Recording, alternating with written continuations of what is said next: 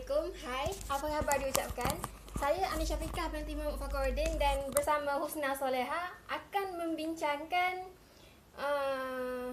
tugasan 3 dalam subjek Rumi Jawi, di mana soalannya nilaikan kaedah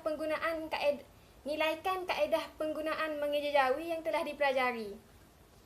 Oleh itu, kami telah memilih sebuah rencana daripada berita harian yang bertajuk Lukisan Murah Ubah Persepsi Negatif Lorong Belakang, di mana saya akan membincangkan kaedah mengeja Jawi bagi kata berimbuhan, manakala Husna Soleha pula akan membahaskan 6 hukum yang perlu dirujuk, yang perlu diaplikasi untuk mengeja Jawi. Di dalam RMK asal terdapat 8 jenis kaedah mengeja Jawi bagi ejaan kata berimbuhan, tetapi di dalam rencana yang telah dipilih terdapat 4 sahaja ejaan kata berimbuhan yang boleh didapati dalam rencana ini. Yang pertama, ejaan kata berimbuhan di dan ke. Bagi ejaan berimbuhan di, contoh yang didapati dalam rencana ialah dijangka. Ejaan dijangka dalam penulisan Jawi,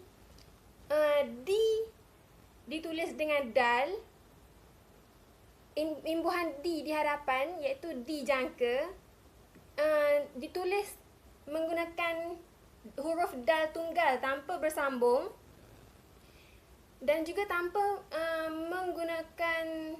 tanpa disusuli dengan huruf ya. Manakala untuk ke juga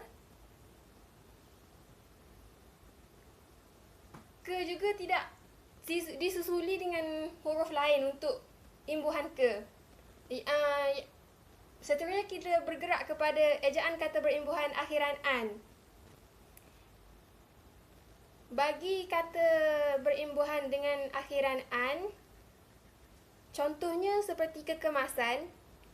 Kekemasan iaitu kemasan. Kata asalnya kemas, imbuhan an di belakang, kekemasan, ditulis tanpa menggunakan huruf alif iaitu kaf, mim, sin, nun. Bukan ditulis secara sin, alif, nun. Ejaan sebenarnya yang betul ialah sin, nun terus. Manakala contoh yang keempat iaitu ejaan kata berimbuhan ke tidak didapati dalam rencana. Ejaan kata berimbuhan awalan ber, ter dan per pula kami hanya mendapati contoh ber dan ter, imbuhan ber dan ter sahaja yang terdapat dalam rencana.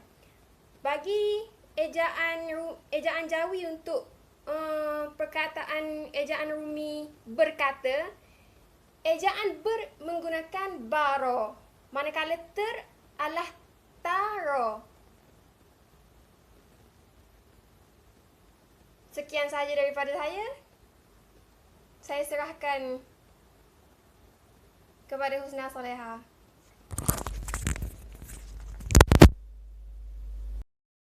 Assalamualaikum warahmatullahi wabarakatuh. Baiklah, saya akan membincangkan 10 jenis hukum yang terdapat dalam kaedah mengeja Jawi.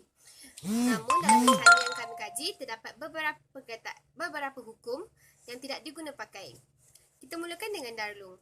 Darlung adalah penggunaan huruf da, ro, lam, waw dan nga yang diapit oleh huruf vokal iaitu a dan e pada pra-akhir dan akhir. Contohnya perkataan yang kami jumpai adalah perkara, pada dan kepada. Seterusnya adalah bukan darlung.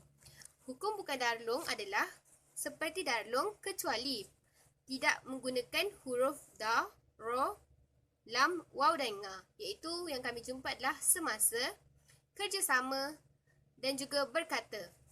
Seterusnya terdapat juga penggunaan hukum ka dan ga, iaitu terbuka dan dijangka. Penggunaan perkataan satu suku kata dan dua suku kata juga terdapat dalam rencana ini, iaitu dan satu suku kata dan perkataan agar, dua suku kata. Seterusnya, terdapat juga hukum kata ganda yang digunakan dalam rencana ini, iaitu perkataan pelukis-pelukis. Dan penggunaan homograf tidak terdapat dalam rencana ini. Penggunaan homograf adalah penggunaan yang sama ataupun membawa maksud yang sama. Contohnya, maafkan saya, membawa ejaan yang sama tapi maksud yang berbeza. Contohnya perkataan jaga yang membawa maksud menjaga ataupun melindungi, dan perkataan jaga yang membawa maksud pegawai keselamatan. Seterusnya adalah diftong. Diftong adalah gabungan vokal pada depan ayat ataupun tengah ataupun di mana-mana sahaja, iaitu contoh perkataan AI, AU dan OI. Dalam rencana ini terdapat banyak penggunaan hukum diftong. Contohnya adalah beliau, pelbagai dan lain.